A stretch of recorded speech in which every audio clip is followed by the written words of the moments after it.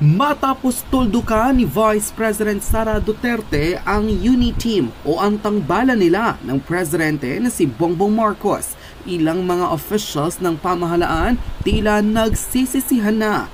VP Sara, hindi papaapi sa mga taong nasa likod ng demolition job laban sa Davao City.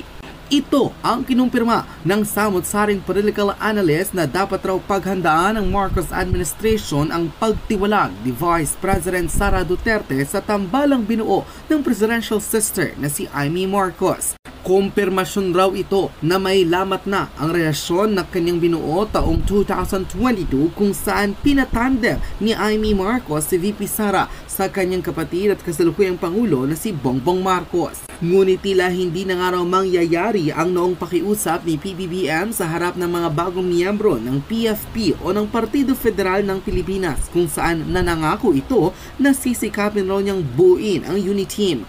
Ngunit sa pagdeklara ng VP Sara na tapos na ang relasyon ng nasabing tambalan, isinisisi ng ilang mga loyalista kay First Lady Liza na tila dito nag-ugat ang pinakapunot dulo kung bakit tumuwalag si VP Sara.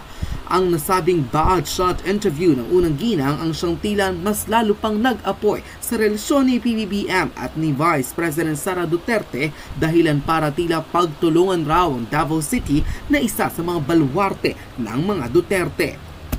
Hindi man in-specify ng kasalukuyang DepEd Secretary ang dahilan nito kung bakit tinapos na ang relasyon sa UNITEAM.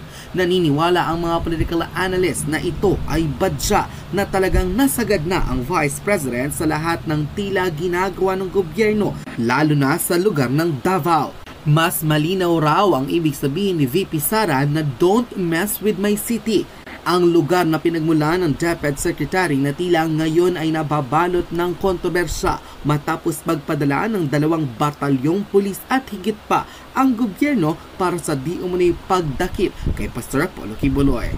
Narito at pakinggan ang commentary ng mga well-known political blogger kung saan naniniwalang nasagad na at tinapos na ni VP Sara ang relasyon nito sa UNITEAM dahil sa di umunoy panggagamit sa kanya para manalo noong 2022 election at tila panggigipit sa mga Pilipino lalo na sa mga taga Davao na siyang nababalot ngayon ng takot dahil sa military forces na ipinadala ng kasalukuyang pamahalaan. Narito't panoorin ang full video.